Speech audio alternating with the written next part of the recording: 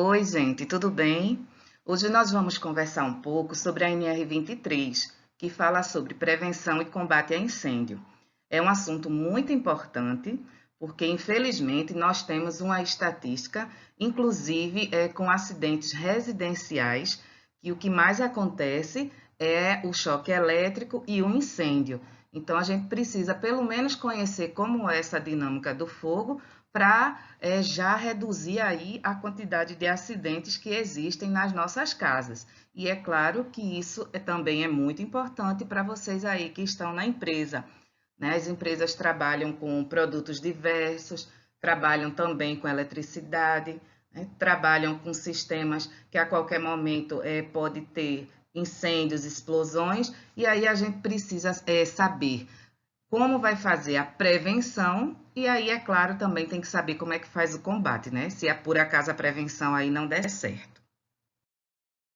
O conteúdo dessa aula vai ser um pouquinho mais extenso.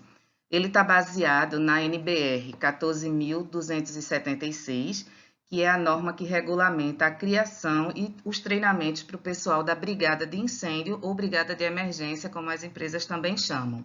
Então, nós vamos falar um pouco sobre a teoria do fogo, as formas de propagação, classes de incêndio, né? Já dá dicas aí de técnicas de prevenção, modos de você fazer a extinção do fogo e, consequentemente, aí os agentes extintores que estão disponíveis no mercado para a gente poder estar utilizando, EPIs que precisam ser mais adequados a esta situação de incêndio e falar um pouco sobre os equipamentos. Além dos extintores, nós temos hidrantes, mangueiras, detectores, alarmes e sistemas de comunicação.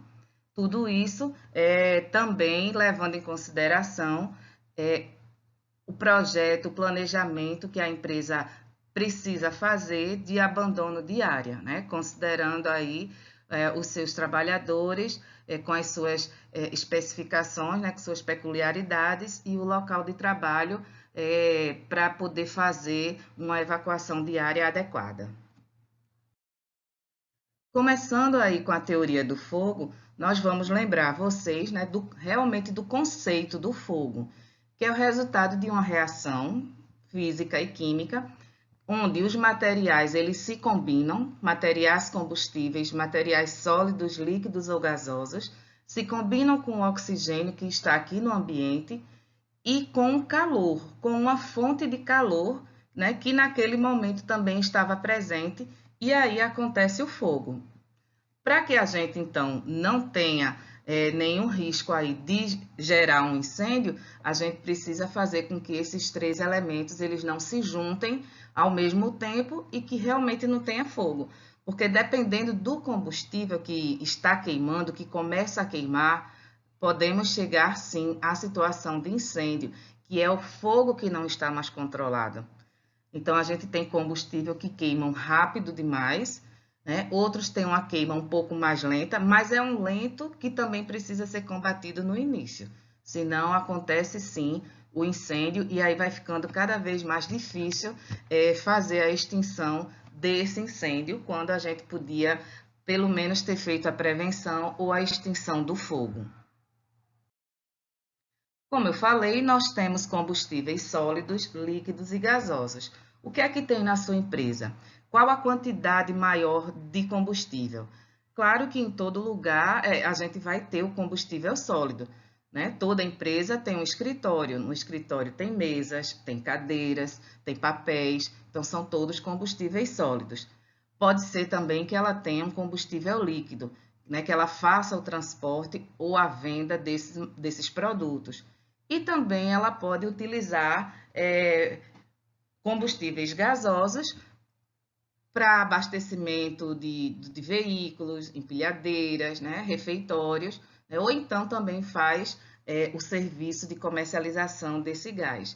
Então, assim, combustível vai estar sempre presente. Agora, como esses combustíveis estão organizados, estão armazenados dentro da sua empresa? Né? Como é que isso é controlado? Então, a gente precisa, justamente nesse momento da prevenção, é pensar nessas formas de fazer um armazenamento adequado, não misturar produtos, né, para que não haja gases de um e do outro e já comece aí a ter a probabilidade de uma explosão. E os materiais sólidos também, eles precisam estar em locais adequados, porque aí a gente vai evitando a questão do fogo. Veja só, por que a gente precisa se preocupar bastante com a questão do combustível? Porque o oxigênio, ele está aqui no ambiente. Se nós estamos aqui, se nós estamos respirando, então também tem oxigênio. Vocês estão vendo aí pela foto que no ar que a gente respira, né, não é 100% de oxigênio, é apenas 21%. Mas para vocês terem uma ideia, basta ter 13%, né, 16%, você pode encontrar algumas literaturas com um pouquinho de diferença, mas geralmente é 13%. Então, se a gente tem uma quantidade de 13% de oxigênio nesse mesmo ambiente, já é possível acontecer o fogo. Então, o que é que acontece? A gente não está com instrumentos aqui fazendo medições, mas a partir do momento que eu estou respirando, então a gente sabe que pode sim existir o fogo. E aí é mais difícil a gente controlar essa questão do oxigênio. Até se consegue, né? Quando você precisa fazer trabalhos em espaços confinados, você faz o controle da quantidade, da porcentagem desse oxigênio, utilizando para isso outros gases para inertizar, né, para tirar o oxigênio ali daquele local e você também fazer o trabalho com segurança. Geralmente, quando o espaço confinado ele tem contaminantes muito perigosos, mas no geral, né, o oxigênio aqui no ambiente ele já vai alimentar esse fogo. E a fonte de calor? Então, assim, às vezes a gente pensa que não tem fonte de calor porque não está ligando um fogão, né? Não está com um ambiente ou uma instalação muito aquecida. Mas cada produto ele vai ter uma temperatura limite. E a partir daquela temperatura, a gente já pode ter aí a questão do incêndio, a questão do fogo. Mas que temperatura é essa? Então, mesmo que a gente até saiba, né, como é que a gente vai controlar essa fonte de calor? Então, para que a gente também trabalhe com a prevenção, é mais interessante você evitar qualquer fonte de calor em excesso dentro do ambiente, né? Melhorar as instalações elétricas, evitar realmente aquela prática de estar fumando ou de jogar cigarro em algum lugar, pedaços de vidro, né, que pode aí intensificar até a radiação solar e causar incêndio, e outras práticas que cada empresa vai fazer esse levantamento, essa identificação, para que haja o controle de cada um desses elementos do triângulo e realmente não dê início ao fogo. Como eu falei para vocês que todo produto, todo material tem uma temperatura mínima, essa temperatura mínima a gente chama de ponto de Foucault. O ponto de Foucault é a temperatura onde um corpo, onde um combustível, ele começa a desprender gases, né, e vapores que se inflamam. Então, para a gente poder ter o fogo, na verdade, ele começa mesmo com a queima do gás, com a queima do vapor que aquele material, que aquele produto está liberando.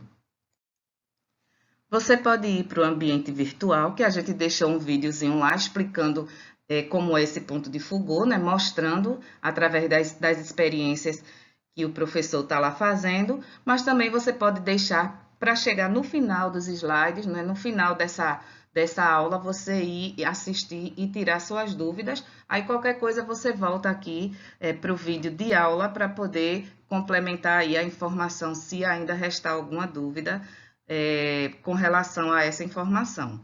Então, o ponto de Foucault, né, para a gente fechar aqui, é essa temperatura mínima que os combustíveis começam a desprender esses gases. Aí a gente vai ter o início do fogo.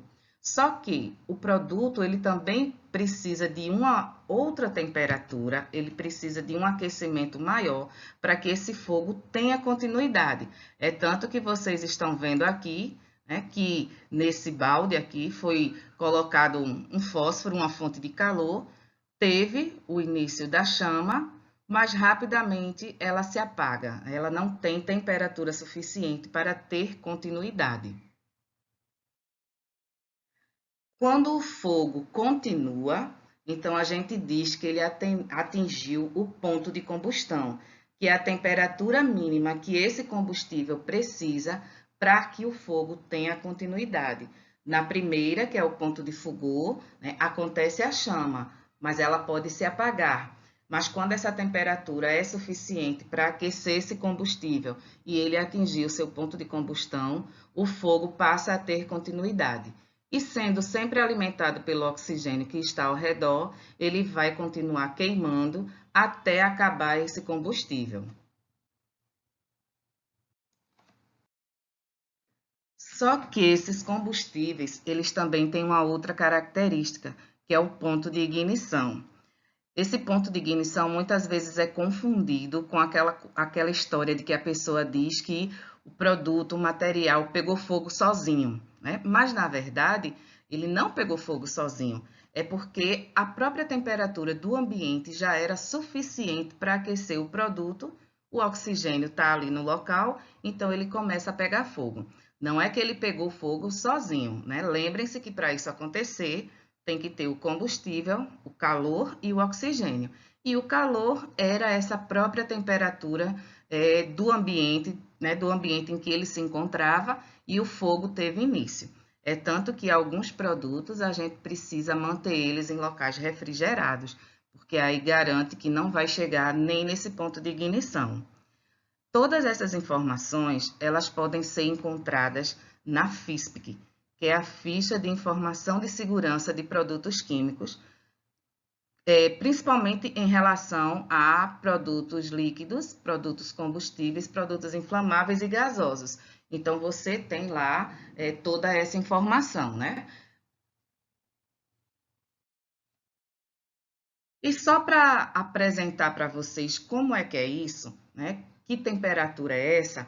Então, eu separei aí alguns materiais, alguns produtos, né, que são mais conhecidos, que a gente até usa com um pouco mais de frequência, onde você tem o éter, né, que é usado em hospitais. Então, o éter, ele começa a liberar gases a partir de menos 40 graus. É tanto que a gente até diz assim, que cheiro forte desse produto, né? Claro, cheiro nem sempre é referência de toxicidade de um determinado produto, mas é porque ele já está liberando, né, bastante gás ali. E o ponto de ignição é a 160 graus. Então, se de repente, no local de armazenamento desse éter, né, desse recipiente, tiver fechado, né, não tiver nenhum tipo de ventilação, e queimar e acontecer algum tipo de incêndio fora, né, seja no armário e esse incêndio está acontecendo ali fora, então esse produto, ele aquecendo até uma temperatura de 160 graus, ele vai pegar fogo sozinho, sem a gente precisar colocar próximo, dentro do recipiente, realmente essa fonte de calor. Nós temos aí também o álcool, né, que é o ponto de fulgor dele é 13%. Ele é bastante perigoso, né? Ele queima com uma certa facilidade. A gente também não precisa encostar a fonte de calor na parte líquida, no álcool. Basta você vir até mesmo com um fósforo e o recipiente do álcool estiver aberto, e aí ele já pode ali começar a pegar fogo, mesmo que esse fósforo esteja a uma determinada distância. E para ele pegar fogo sozinho, 371 graus. Nós temos aí também o ponto de fulgor e de ignição da gasolina, do óleo lubrificante, do óleo diesel, né? Na verdade, isso aí não é para ninguém decorar, não, tá? Vocês têm que procurar se informar, né? Embora alguns aí já saibam, mas se informar melhor sobre os produtos que a sua empresa trabalha e aí sim buscar a FISPIC desse produto, dar uma lida nela, porque você vai ter aí essas informações e vai saber aí dos perigos de cada produto. Claro que você já deve ter sido informado na empresa, né, que o produto é muito perigoso ou é menos perigoso, mas é interessante a gente saber de forma técnica por que ele é muito ou por que ele é menos perigoso.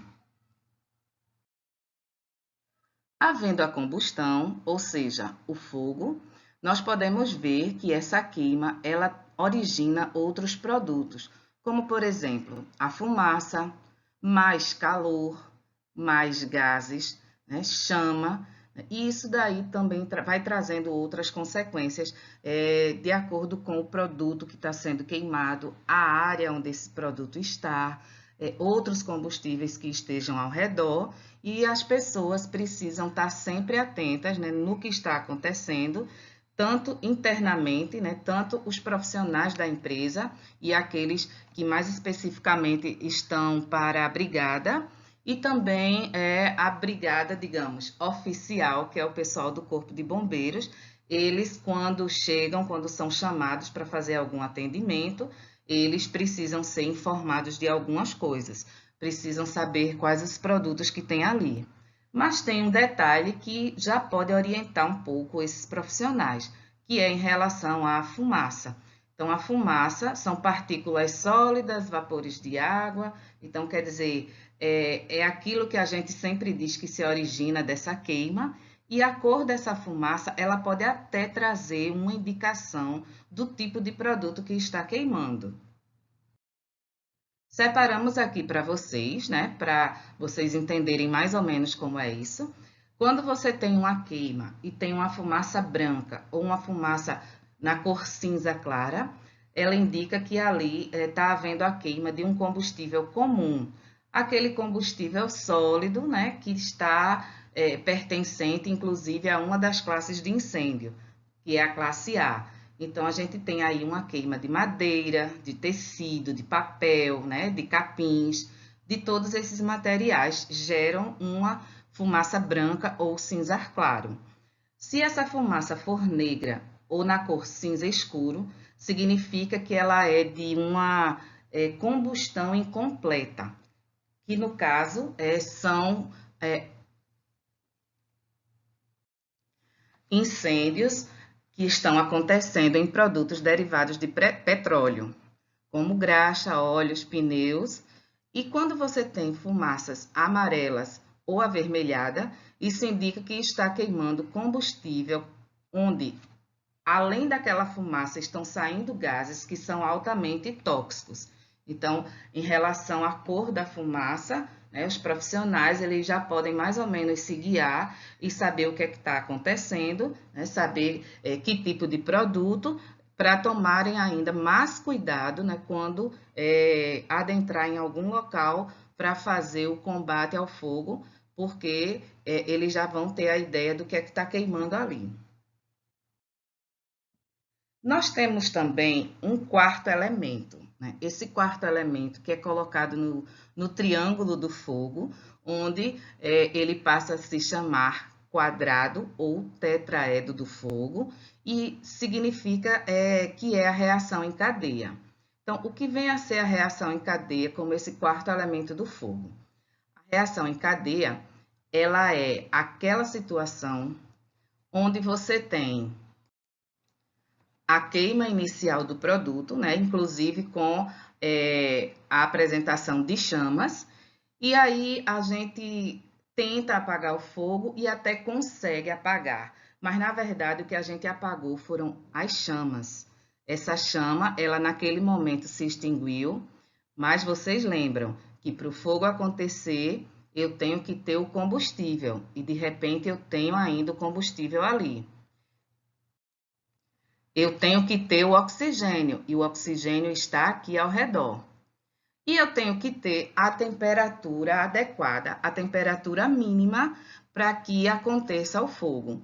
Então, quando você tem até incêndios de grandes proporções, que o pessoal do Corpo de Bombeiros vai lá para poder fazer esse combate, eles precisam ficar por mais um tempo, né? Quando a gente olha, nós que somos leigos, assim, que não somos da área, quando a gente pensa que apagou o fogo porque extinguiu a chama, na verdade não apagou. Então, eles ficam por mais um tempo fazendo ali o combate, né? Fazendo o rescaldo, como eles chamam, para ter a certeza que realmente vai eliminar um dos 3 elementos que pode dar início ao fogo, que é a temperatura, o oxigênio ou o calor. Geralmente, o que o bombeiro faz na continuidade aí do combate ao fogo, quando a gente já não vê mais chama, é eles continuarem colocando água para ver o resfriamento. Então, mesmo que tenha o combustível e tenha oxigênio, mas você não vai ter o calor suficiente. E acontece também das pessoas acharem que apagou o fogo e se retirarem do local. Daqui a pouco começa o fogo novamente, né? Por quê? Porque havia ainda as condições certas para esse fogo começar, para esse fogo continuar. Então, isso é chamado de reação em cadeia. A gente precisa, além de tirar os 3 elementos, tirar de verdade para combater aí, para evitar essa reação em cadeia.